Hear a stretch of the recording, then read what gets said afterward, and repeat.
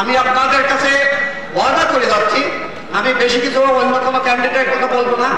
আমার সুলতান ইউনিয়নের প্রতিনিধি হিসাবে আমি আপনাদের কাছে ওই খাজরা ইউনিয়নে নিয়ে যেতে চাই। তো খাজরা ইউনিয়নে এখান থেকে চাপড়ায় যে একটা মানুষ বসে থাকে, স্ত্রী বাস্তা ফেলে, আমাদের 15টা বছর পরীক্ষা দিয়েছেন, কিছু না হলেও এসে এক কাপ চা খাওয়া।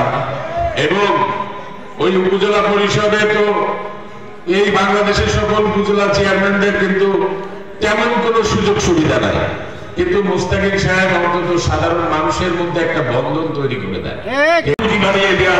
এই সব কখনো করতে হয় না। আমি মিস্টার পলাশ সাহেবকে বলতে চাই যে এই উপজেলায় তো আরো ভালো লোকেরাও, সেটা কিন্তু আমরা উপস্থিত হয়ে বসে আছি এখানে।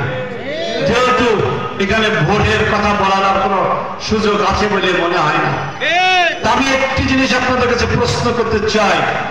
আপনাদের ইউনিয়নের চেয়ারম্যান পলাশ, উনি বলেন যে এই ইউনিয়নের সকল ভোট সন্ত্রাসী তালিমকে নাকি দেয়। তাহলে আপনাদের বাড়ি কোন ইউনিয়নে? হাতে চুকর বলবেন নাকি? আপনাদের বাড়ি কোন ইউনিয়নে? কুল্লা ইউনিয়নে। যদি কুল্লা ইউনিয়নে বাড়িতে একটি করে বলেন সন্ত্রাসের তালিমি গোলাপতিকে ভোট দিবেন।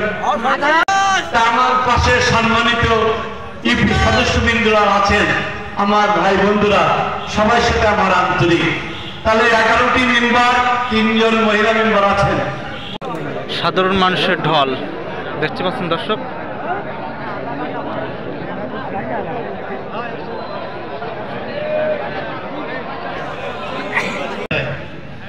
উপজেলায় যে বরাদ্দটা আসে, সে বরাদ্দটা কিন্তু মোস্তাকিম ভাই আমাদের মাঝে প্রার্থী হয়ে এসেছেন।